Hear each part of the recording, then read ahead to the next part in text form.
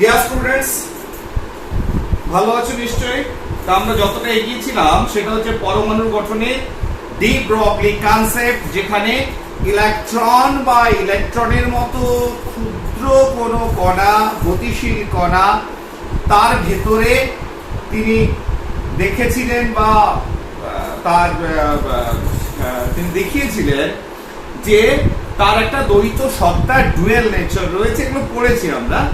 সেখান থেকে আমরা de Broglie wavelength, de Broglie তরঙ্গ দৈর্ঘ্য পেয়েছিলাম ল্যামডা ইজ ইকুয়াল টু, তিনি কিভাবে বার করেছিলেন, H Planck constant divided by the momentum. পরবর্তীকালে এটাই এক্সটেন্ড করে বিজ্ঞানী আইনস্টাইন। আইনস্টাইন কি করে, তিনি দেখান প্রত্যেকটি পদার্থের ভেতর যখন সে মুভ করছে, তার মানে আমরা এক্সাম্পল দিয়ে বলেছিলাম, ধরো আমার হাতটা মুভ করে এখানে আঘাত করলো, তার মানে যখনই কোনো কাউকে আঘাত করলো তার ভেতর কোনো তরঙ্গ সৃষ্টি হলো। ইভেন সেই পার্টিকেলটা যখন মুভ করছে তার চারপাশে কোনো একটা তরঙ্গ সৃষ্টি হচ্ছে। তার মানে every matter in this universe, ঠিক আছে না, তার দুটো কন্ডিশন হতে পারে।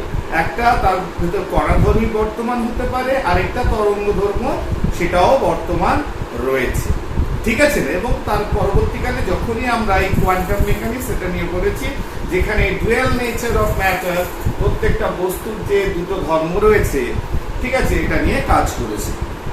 ফাইন, ওইদিকে যাচ্ছি না। এবার যে দ্বিবগ্নি বা দ্বৈত সত্তা রয়েছে, কোনো ইলেকট্রনের মতো কোনো ক্ষুদ্র পার্টিকেল, যে দ্বৈত সত্তা রয়েছে, সে পরবর্তীকালে যে ম্যাটার ওয়েভ বা পদার্থ তরঙ্গের কথা বিজ্ঞানী আইনস্টাইন বলেছে, সেটাকে দেখা যাক না। ফর এক্সাম্পল, একটা উদাহরণ দিয়ে দেখি না। ধরো এক কার, একটি গাড়ি, একটা গাড়ি যাচ্ছে,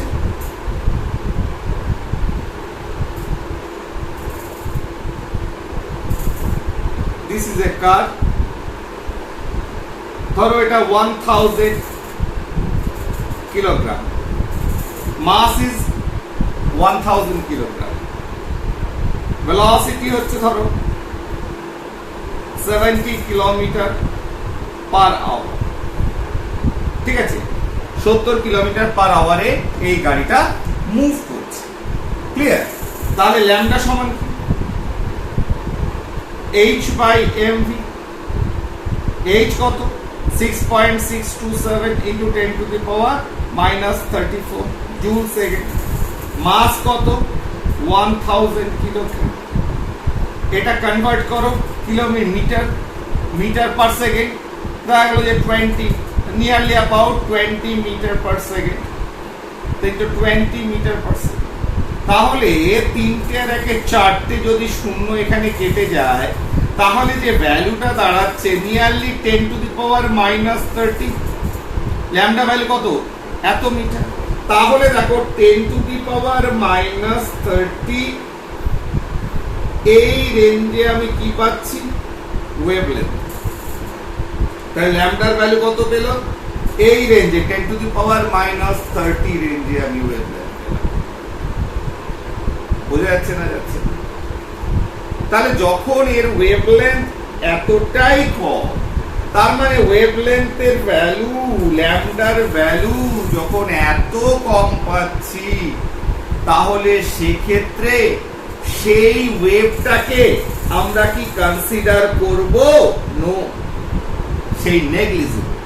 তার মানে ওয়েভ নেচার, তরঙ্গ যে ধর্ম, এই যে গাড়ি, একটা গাড়ি মুভ করছে, তোমার মনে হচ্ছে যে ম্যাটার ওয়েভ আছে, কিন্তু সেই ওয়েভটার ওয়েভলেন্থ কত, 10 to the power minus 30 metre এই রেঞ্জ।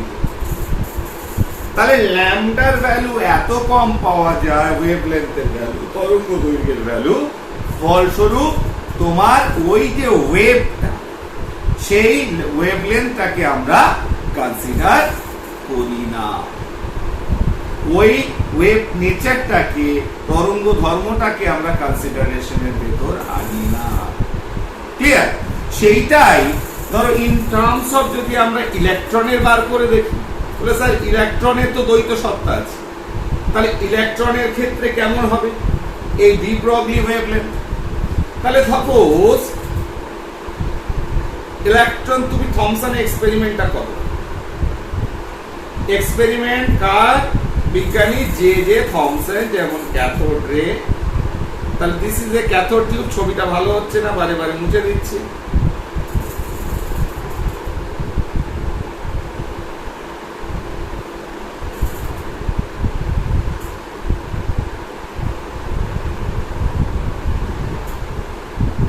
ঠিক আছে, নেগেটিভ পজিটিভ। তাহলে এখান থেকে ক্যাথোড রে মানে ইলেকট্রন যে কণাগুলো, তাহলে নেগেটিভ প্রান্ত থেকে পজিটিভ প্রান্ত দিকে এসছে। তাহলে যখন এই পয়েন্টে ছিল, এট দিস পয়েন্ট, তখন কি ছিল? এর কোনো কাইনেটিক এনার্জি ছিল? গতিশক্তি ছিল না। এর কি স্থিতিশক্তি ছিল? হ্যাঁ ছিল। সেটা ধরো ইলেকট্রন ভোল্ট, আধান গুণিত পোটেনশিয়াল, যে কতটা অ্যাপ্লাই করেছি। ঠিক আছে, বিভব। তাহলে আধান গুণিত বিভব ইলেকট্রন ভোল্ট, এটাই হচ্ছে পোটেনশিয়াল এনার্জি। কাইনেটিক এনার্জি গতিশক্তি 0। যখন এই প্রান্তে ইলেকট্রনটা পৌঁছালো, তখন আমরা জানি এর একটা গতিশক্তি নিয়ে নিয়েছে m12mv²। পোটেনশিয়াল এনার্জি এখানে 0 হয়ে গেছে।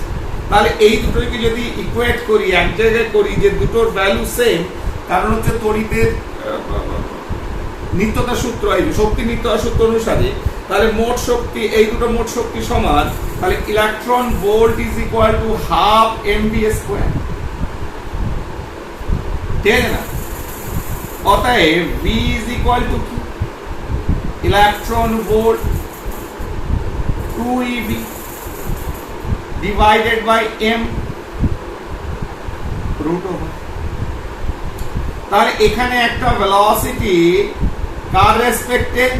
এটা হচ্ছে বিভব, পোটেনশিয়াল। ঠিক আছে, এটা কি? বিভব। তাহলে বিভবের রেসপেক্টে, আর এটা কি? ইলেকট্রনের আধান। এটা কি? মাস। ঠিক, তার রেসপেক্টে একটা ভেলোসিটির একটা সমীকরণ কিন্তু নতুন করে আমরা পেয়ে গেলাম। বোর্ড ছোট, মুছে দিও। তাহলে এখানে একটা নতুন ইকুয়েশন পেলাম, সেটা হচ্ছে v is equal to root over 2 electron volt divided by mass। তাহলে এর ভ্যালুগুলো যদি ইলেকট্রনে পুট করো, তাহলে এবার ধরো এখানে তুমি একটা ভোল্ট দিয়েছিল 2000 ভোল্ট, 2000 ভোল্ট। তাহলে 2 into 1.6 into 10 to the power minus 19 coulomb into volt 2000 divided by mass 9.1 into 10 to the power minus 31 kilogram। তাহলে এটা যদি রুট ওভার করি, nearly we get value in the range of 10 to the power 7 meter per second। তাহলে ইলেকট্রনের ক্ষেত্রে যদি ভেলোসিটিটা আমি পাই ও ক্ষেত্রে, in that particular cathode টিউবের ভেতর ভেলোসিটি যদি পাই আমি 10 to the power 7 meter per second, then আমি যদি এটাকে পুট করি in de Broglie wavelength h by m into v, তাহলে অটোমেটিক h এর ভ্যালু আমরা জানি 6.627 into 10 to the power minus 34 joule second. Mass of the electron হচ্ছে 9.1 into 10 to the power minus 31 into velocity কে পেয়েছে 10 to the power 7 তাহলে দেখো, তাহলে তোমার কত হচ্ছে? এখানে যদি ভাবি, তাহলে 31 এখানে চলে গেলে কত হবে? 31 ক্যান্সেল হয়ে গেলে -3। তাহলে -3 যদি এখানে পড়ে থাকে, উপরে গেলে -7। তাহলে নিয়ারলি যা ভ্যালু পাচ্ছি 10 to the power -10 মিটার এই রেঞ্জে, তার মানে অ্যাংস্ট্রং রেঞ্জে। তাহলে যখন এটাকে আনস্ট্রং রেঞ্জের ভেতর পাচ্ছি আমরা, তাহলে ওয়েভ দেখতে পাচ্ছি, ঠিক না?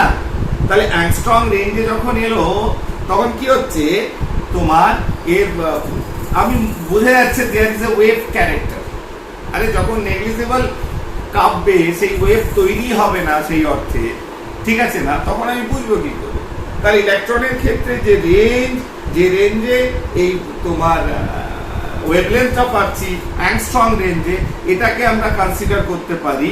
তাই ইলেকট্রনের ক্ষেত্রে তোমার কণাধর্মীর সঙ্গে সঙ্গে তরঙ্গ ধর্মটাকেও কনসিডার করা হয়। তার মানে বড় অবজেক্ট যেগুলো মুভ করছে তার তরঙ্গ আছে আমি ধরে নিচ্ছি, কিন্তু তার তরঙ্গ ধর্মটা এতটাই মিনিমাম, তাই ওটাকে আমরা কনসিডারেশনে আনি না, আমরা কণা ধর্ম নিয়েই যা কাজ করার করি। ক্লিয়ার? আরেকটা ওয়ে আউট আছে, যে ওয়েতে আমরা কোনো বস্তুর গতিশীল বস্তুর ডি ব্রগলি ওয়েভলেন্থকে বার করতে পারি। সেটা কি? সেটা হচ্ছে ইন টার্মস অফ গতিশক্তি।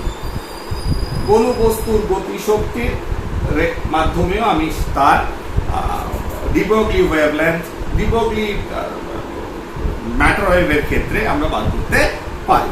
ঠিক আছে? পদার্থ তরঙ্গের ক্ষেত্রে যেমন ধরো, তাহলে কাইনেটিক এনার্জি কি হবে? Half mv square. ফাইন। তাহলে এটা যদি কে ভাবি, তাহলে এবার m দিয়ে দিকে গুণ করে দাও। m into kinetic energy is equal to half m square v square, বা তোমার কি হয়ে গেল? তাহলে m স্কয়ার v স্কয়ার, তাহলে mv ইজ ইকুয়াল টু কি? Mass into velocity is equal to p। তাহলে সেটাই যদি হয়, তাহলে m into k is equal to half m into p square, বা p ইজ ইকুয়াল টু কি হয়ে গেল? এই sorry, half into p square, তাহলে p is equal to 2mk root over 2mk। তাহলে সেটাই যদি হয়, তার মানে পরবর্তীকালে আমি লিখতে পারি lambda is equal to h by root over 2m into kinetic energy. তাহলে in terms of kinetic energy আমরা ল্যামডা ডি ব্রগলি ওয়েভলেন্থকেও বার করতে পারি, তরঙ্গদৈর্ঘ্যকে বার করতে। তাহলে এই যে ইফস এন্ড বাটস বিভিন্ন দিকগুলো আলোচনা করা হচ্ছে, তার কারণ হচ্ছে বিভিন্ন কম্পারেটিভ এক্সামে বিভিন্ন নিউমেরিক্যাল প্রবলেম থাকে, তার জন্য এই ছোট ছোট যে সমীকরণগুলো আছে, ঠিক আছে, ছোট ছোট ইকুয়েশনস গুলো রয়েছে, সেগুলোকে তোমাকে জানতে হবে, না হলে সেই অঙ্কগুলো করতে পারবে না। যে অল ইন্ডিয়া বেসিসে যে পরীক্ষাগুলো হয় সেক্ষেত্রে এই ছোট ছোট বিষয়গুলো তোমাকে জানতে হয়। অর্থাৎ তোমরা জানো, যখন তোমরা কোনো পরীক্ষার জন্য কম্পারেটিভ এক্সাম AIEEE বলো বা অন্যান্য পরীক্ষা রয়েছে, তার জন্য তোমরা বিভিন্ন সেই সেন্টারগুলোতে কোচিং নিতে যাও, সেক্ষেত্রে তোমার মনে হয় যে যেটা ক্লাসরুম টিচিং, যেটা আমরা এতদিন ধরে ক্লাস 12-এ পড়ে এসেছি, তার বাইরেও মনে হচ্ছে যেন কিছু একটা পেলাম, এবং তোমাদের মনে হয় যেন খিদেটা মিটে যাচ্ছে না, এটুকু জানলে তো হবে না, আরো জানতে হবে। তার কারণটা কি? কারণ তারা প্রত্যেকটা চ্যাপ্টারকে ইলাবোরেট করে বিভিন্ন দিক দিয়ে, তখন মনে হয় যে এই ছোট ছোট প্রবলেমগুলোকে আমাদের জানতে হতো। ক্লিয়ার? তা তোমরা আজকে নিজেরাও বুঝতে পারছো যে অ্যাটমিক স্ট্রাকচার, পরমাণুর গঠন যখন চ্যাপ্টার পড়বো, তার ছোট ছোট কতগুলো বিভিন্ন দিক রয়েছে, সেগুলো যদি আমরা জানি তখন আমাদের চ্যাপ্টারটা কমপ্লিট হবে, বা বিভিন্ন প্রবলেমগুলো যেগুলো আসবে সেগুলোকে আমরা সলভ করতে পারবো। না হলে সেগুলো অজানা মনে হবে যে এই ইকুয়েশনসগুলো আমি জানতাম না, এই রিলেশনশিপগুলো আমরা জানতাম না। ক্লিয়ার? ফাইন। তাহলে এবার ডি ব্রগলি কনসেপ্ট ছেড়ে দিয়ে তাহলে একটা জিনিস পরিষ্কার এখন পর্যন্ত আমরা এগোচ্ছি যেদিকে, সেটা হচ্ছে বিজ্ঞানী নীল বোর, সেটা বিজ্ঞানী জে থমসন যে গোলাকৃতি দেখলো পরমাণুর গঠনটা, তারপরে বিজ্ঞানী রাদারফোর্ড এবং নীল বোর তারা দেখলো যে না, ওটা ওরকম নয়, অ্যাকচুয়ালি সৌরমণ্ডলের মতো, ঠিক আছে, একটা কক্ষপথে ঘুরছে। কিন্তু বিজ্ঞানী ডি ব্রগলি যখন দ্বৈত সত্তা নিয়ে এলো, তখন বললো যে না, সে তো একটা জায়গায় একটা সার্কেলে ঘুরছে না, সে একটু তরঙ্গ আকারেও ঘুরছে, কখনো সে সোজা ঘুরছে, কখনো তরঙ্গ আকারে ঘুরছে, তার মানে একটা পার্টিকুলার স্পেস, একটা জায়গা নিয়ে ঘুরছে, এটা কনফার্ম হলো। ডি ব্রগলি যে কনসেপ্ট ইলেকট্রন বা এই ধরনের মুভিং পার্টিকেলস এর উপর, স্মল মুভিং পার্টিকেলস এর উপর, তাহলে একটা জিনিস পরিষ্কার যে যেহেতু যখনই সে তরঙ্গের মতো যাবে, তখনই নিশ্চয়ই নিউক্লিয়াসের চারিদিকে একটা জায়গা জুড়ে সে এগোবে, এটা তো ঘটনা, এটা পরিষ্কার হয়ে গেল। ঠিক আছে, এটা নিয়ে কোনো দ্বিমত নেই। ক্লিয়ার? এবার দেখা যাক এর পরবর্তীকালে আমরা কিভাবে এগোই। এরপরে যেটা প্রশ্ন তুলেছিল যে একটা বিখ্যাত বিজ্ঞানী, তার নাম হচ্ছে যে হাইজেনবার্গ, তাহলে হাইজেনবার্গে একটা নীতি রয়েছে, সেটা দাঁড়াও, এটাকে কি বলা হয়? সেটাকে বলা হয় অনিশ্চয়তা নীতি। অনিশ্চয়তা নীতি, ঠিক আছে? ইংরেজিতে কি বলা হয়? আনসার্টেইনটি প্রিন্সিপাল।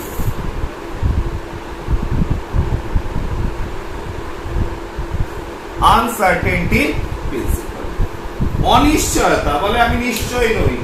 মানে কি নিয়ে তিনি বললেন বিজ্ঞানী হাইজেনবার্গ? তিনি বললেন যে ইলেকট্রনের কৌণিক বেগের ভরবেগের কনসেপ্ট বোর দিয়ে দিয়েছে, mvr = nh/2 এবং সেটা পরবর্তীকালে বিজ্ঞানী আইনস্টাইন পুনরায় দেখিয়ে দিল যে না, this is correct, mvr = nh/2 যেটা ডি ব্রগলি ধারণাকে কাজে লাগিয়ে, সেটা আমরা দেখে নিয়েছি। এইবার রেডিয়াস বেরিয়ে গেছে। তা রেডিয়াস যখন তুমি বার করবে ইলেকট্রনের সঙ্গে, ইলেকট্রন কতটা দূরে, তার মানে তুমি পজিশন বুঝতে পারছো।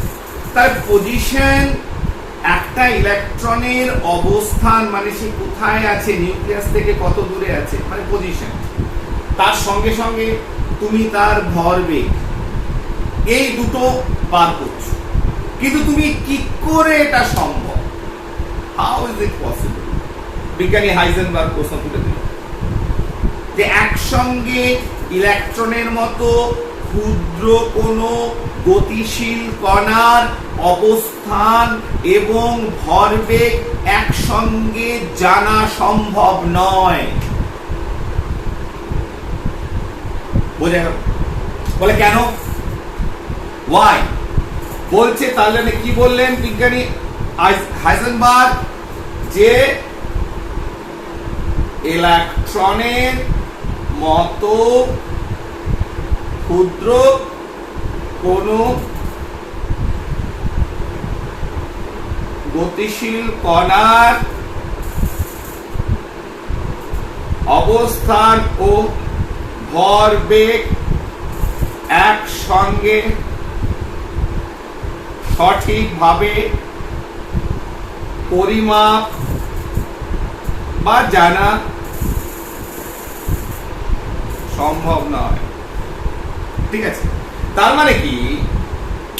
তাহলে ইলেকট্রনের মতো, তার মানে we cannot determine the position and momentum of a small moving particle like electron at a particular time, একই সময়ে জানা সম্ভব। Why? কেন? এটাই হচ্ছে হাইজেনবার্গের অনিশ্চয়তা নীতি। বলে কেন জানা সম্ভব নয়? তিনি যুক্তি দেখালেন। কি বললেন? যে ইলেকট্রন তো ঘুরছে, দিস ইজ ইলেকট্রন, এইদিকে যাচ্ছে with velocity v, mass a, radius r। Clear? আপনি যখন দেখবেন একে, তা একে একটা মাইক্রোস্কোপ দিতে হবে। মাইক্রোস্কোপ থেকে একটা ফোটন কণাকে ফেলতে হবে। তাহলে দিস ইজ কি? ফোটন। ফোটনের একটা পার্টিকুলার ওয়েভলেন্থ রয়েছে, তরঙ্গ দৈর্ঘ্য রয়েছে। ইলেকট্রন থেকে সেই ফোটনটা যখন বেরোবে, ঠিক আছে, ধরো এখান থেকে আলো পড়লো, তাহলে সেটাকে আপনি দেখছেন। তাহলে ফোটন কণায় এলো, ইলেকট্রনের উপর পড়লো, নিয়ে যখন এখানে যাচ্ছে তখন সেটাকে বুঝতে পারছেন হিয়ার ইজ ইলেকট্রন। তারপরে তার ক্যালকুলেশন করছেন, তার ভরবেগ কত, ইত্যাদি ইত্যাদি। এইবার যখন একটা ফোটন কণা দিয়ে ইলেকট্রনকে আঘাত করা হবে, যখন ধাক্কা মারা হবে, তাহলে এই ফোটনের ভেতর যে এনার্জি রয়েছে, শক্তি রয়েছে, গতি রয়েছে, গতিশক্তি রয়েছে, সেটা এখানে ট্রান্সফার হয়ে যাবে। তাহলে যখনই সেই এনার্জিটা, শক্তিটা ইলেকট্রনকে ট্রান্সফার হয়ে গেল, তখন কি হয়ে যাবে? ইলেকট্রনের ভরবেগের পরিবর্তন হয়ে যাবে। ক্লিয়ার? ইলেকট্রনের ভরবেগের পরিবর্তন হয়ে যাবে। তার কারণ আমি ইলেকট্রনের মতো একটা ক্ষুদ্র কণাকে আঘাত করছি ফোটন দিয়ে, তাহলে তুমি যখনই এটাকে আঘাত করা হবে ফোটন দিয়ে, তারপরে সেইটা ফেরত চলে এলো ফোটন, তো ইলেকট্রনের তো ভরবেগের পরিবর্তন হয় না। কিন্তু তুমি কি করেছো, উচ্চ গতি সম্পন্ন ফোটন কণা পাঠিয়েছো, যার ওয়েভ তরঙ্গ দৈর্ঘ্য বেশি, ইন্টেন্সিটিও বেশি। এই তো সরি, তরঙ্গ দৈর্ঘ্য একটা কনসেপ্টে ভুল হলো, আমি একবার রিপিট করছি। তার মানে কি, একটা খুব এনার্জেটিক ফোটন কণা পাঠিয়েছো যার তরঙ্গ দৈর্ঘ্য কম, সরি তরঙ্গ দৈর্ঘ্য কম হলেই এনার্জি বেশি হবে, sorry sorry sorry sorry sorry students. তাহলে তরঙ্গ দৈর্ঘ্য যদি কম হয়, তরঙ্গ দৈর্ঘ্য যদি ছোট হয়, তার এনার্জি, পাওয়ারফুল এনার্জি দিয়ে তুমি যদি এখানে ইলেকট্রনটাকে এখানে অবজার্ভ করেছো, তাহলে ইলেকট্রনের ভরবেগের পরিবর্তন হয়ে যাবে। ইলেকট্রনের যদি ভরবেগের পরিবর্তন হয়ে যায়, তাহলে তুমি এর পজিশনটা তুমি জেনে নিলে, কিন্তু তুমি কি করে এটা মাপলে, কি মাপলে, কি করে তুমি তার তোমার ভরবেগটা মাপতে পারছি। তার মানে একটা ছোট কণার ভরবেগ মাপতে গেলে তাকে যদি একটা খুব পাওয়ারফুল এনার্জি দিয়ে আমি ধাক্কা দিই, তাহলে তার ভরবেগের পরিবর্তন হবে। তার মানে ভরবেগ আমি মাপতে পারছি না অ্যাকুরেটলি, তার অবস্থান জানতে পারছি, ঠিক না? এবার বলবো যে স্যার এমন একটা কণা পাঠান যার ওয়েভলেন্থ বেশি। তাহলে ওয়েভলেন্থ যার বেশি, অর্থাৎ তো এই ল্যামডাটা যার বেশি, সে তো হেলতে দুলতে এলো, আসার পর তার মোমেন্টামকে পরিবর্তন করলো না, কিন্তু ইলেকট্রন তো একটা মুভ করছে, তার অরবিটে কি করছে, ইলেকট্রন মুভ করছে, তার পজিশন তখন সে মাপতে পারলো না, সে তো ওখানে নেই, ও তো খানিকটা সরে গেছে।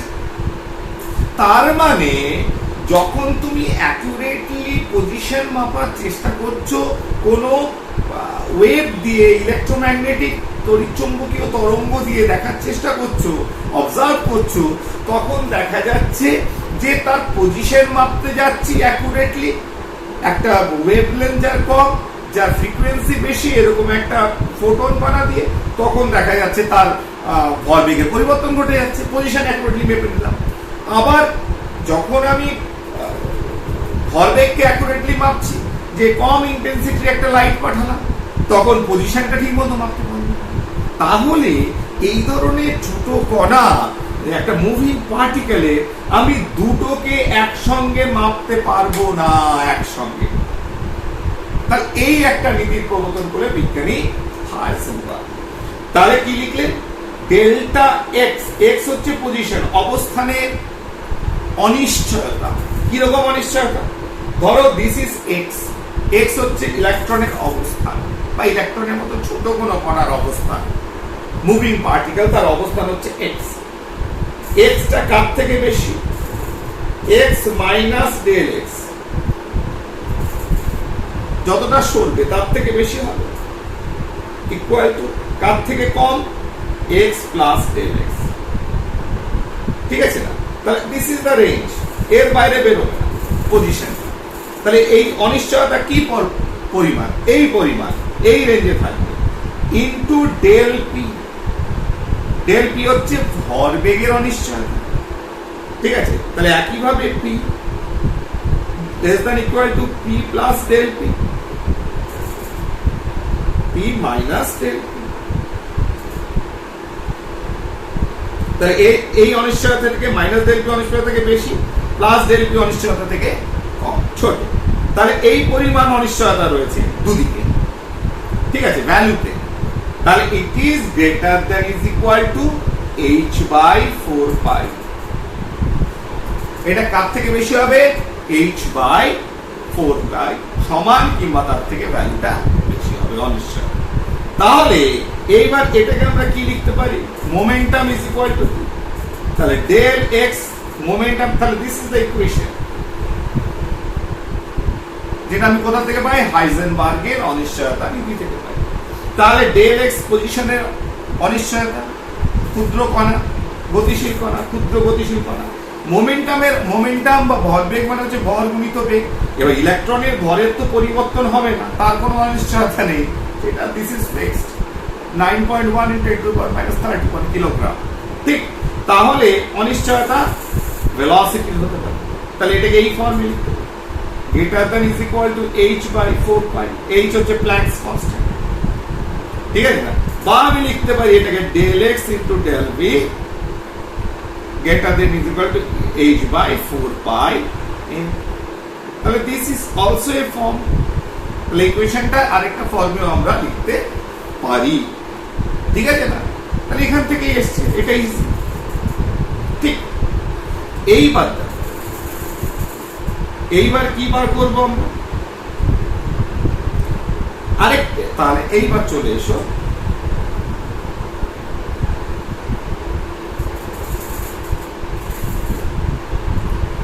বিজ্ঞানী হাইজেনবার্গ এই যে ইকুয়েশন, সমীকরণ, অনিশ্চয়তা নীতির থেকে ভিত্তি করে বেরিয়ে এলো, এই সমীকরণকে কাজে লাগিয়ে আরেকটা বেশ ইন্টারেস্টিং জিনিস আমাদের সামনে তুলে ধরতে।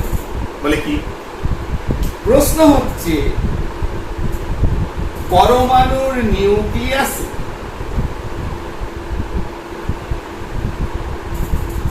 ইলেকট্রন থাকা কি সম্ভব? পরমাণুর নিউক্লিয়াসে ইলেকট্রন থাকা কি সম্ভব?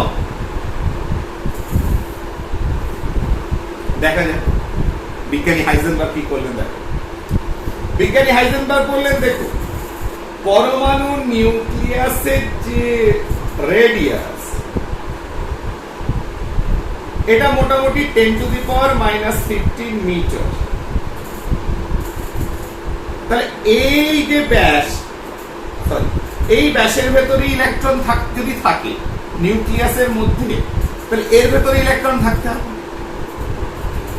ঠিক, আর ইলেকট্রন আছে কোথায়? 10⁻10 মিটার, এই রেঞ্জ। তাহলে ইলেকট্রনটাকে এখানে ভরবো, ভরে দেখবো ইলেকট্রন এখানে থাকা সম্ভব কি সম্ভব।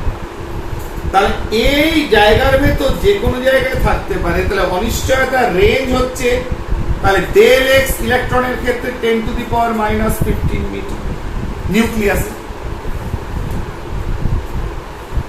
তাহলে এইবার সেটা যদি হয়, তাহলে আমরা যদি ইকুয়েশনটাকে দেখি, সমীকরণটাকে, তাহলে del x * del v greater than or equal h/4π m, বা del v is equal to h/del x * 4π m। তাহলে এইবার এইটাকে এখানে বসিয়ে দাও। ভেলোসিটির অনিশ্চয়তা কত বেরোচ্ছে? 6.627 × 10⁻⁻34। del x কত? 10⁻⁻15 মিটার আমি ধরে নিয়েছি। 4 × 3.14 ইন্টু মাস কত? 9.1 × 10⁻⁻31। ঠিক আছে? তাহলে দেখো,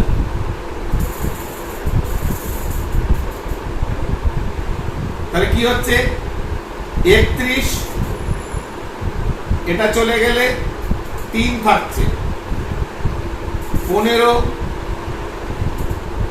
যদি ওপরে চলে যায়,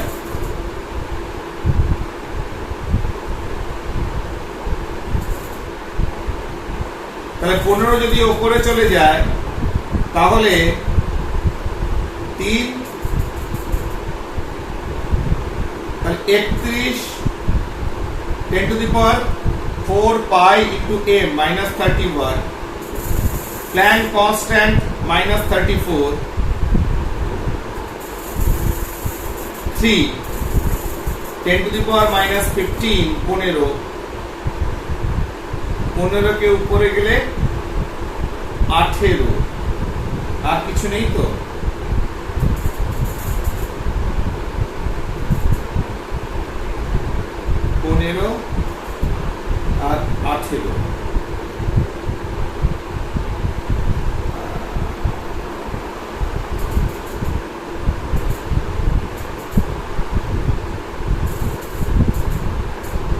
দাঁড়াও 1 মিনিট স্টুডেন্টস, আমি এটা ক্যালকুলেশনটা আমি দেখে নিই।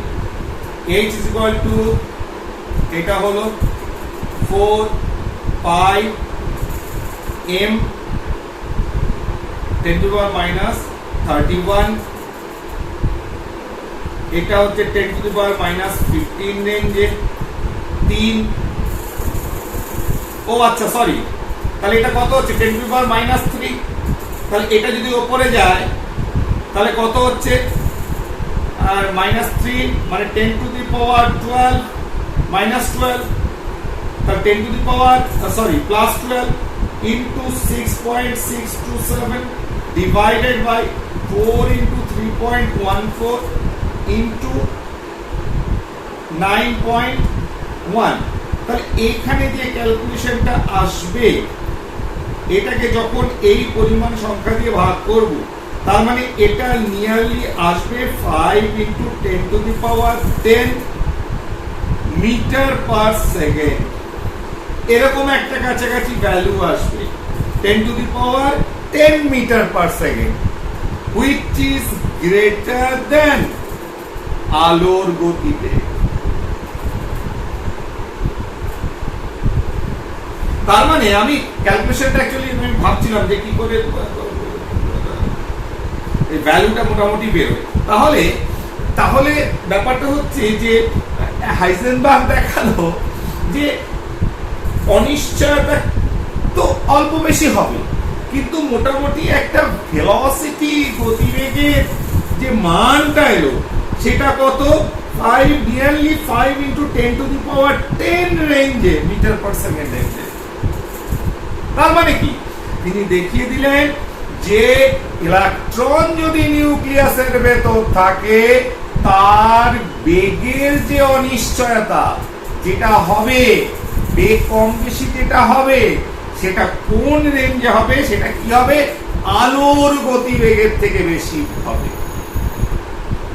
তার মানে বিজ্ঞানী আইনস্টাইনের যে বলা হয়েছিল যে লাইটের গতিবেগ আলোর গতিবেগ 3 into 10 to the power 8 metre per second, আর এখানে কত হচ্ছে nearly 5 into 10 to the power 10 metre per second. তার মানে কি, তার মানে বিজ্ঞানী হাইজেনবার্গ দেখিয়ে দিল তার অনিশ্চয়তা নীতির যে ইকুয়েশন সেখান থেকে যে নিউক্লিয়াসের ভেতর ইলেকট্রন থাকা সম্ভব নয়। যদি থাকতে হয় আমি দেখার চেষ্টা করি তাহলে তার গতিবেগ কত হবে, আলোর গতিবেগকে ছাড়িয়ে যাবে। তার মানে একটা নতুন জিনিস আমরা প্রমাণ আমরা করতে পারলাম কোথা থেকে, হাইজেনবার্গের অনিশ্চয়তা নীতি। ওকে, থ্যাংক ইউ স্টুডেন্টস। তাহলে এই পার্টটা এখানে শেষ করছি। এরপরে যেটা আমরা করব সেটা হচ্ছে বিজ্ঞানী সোমারফিল্ড। বিজ্ঞানী সোমারফিল্ড তিনি ওই যে বর্ণালীগুলো যেগুলো বিজ্ঞানী বোর যে লাইন স্পেকট্রাম রেখা বর্ণালীগুলো পেয়েছিল এবং বিজ্ঞানী মানে যেটাকে পরবর্তীকালে তড়িৎ ক্ষেত্র এবং চুম্বক ক্ষেত্র দিয়ে চালনা করে পাওয়া গেছিল, বিজ্ঞানী স্টার যেটা চুম্বক ক্ষেত্রের বা তড়িৎ ক্ষেত্রের মাধ্যমে চালনা করে দেখেছিল যে ওই বর্ণালীগুলো ওই রেখাগুলো আবার ছোট ছোট রেখা বিভক্ত হয়েছে। তাহলে এটা কেন হলো এটা নিয়েই ভাবছিল বিজ্ঞানী সোমারফিল্ড, এবং বিজ্ঞানী সোমারফিল্ড একটি পাওয়ারফুল মাইক্রোস্কোপ দিয়ে এই স্পেকট্রাল লাইন যেগুলো পাওয়া গেছে, বর্ণালী যেগুলো পাওয়া গেছে সেইটাকে অ্যানালাইজ করছিল।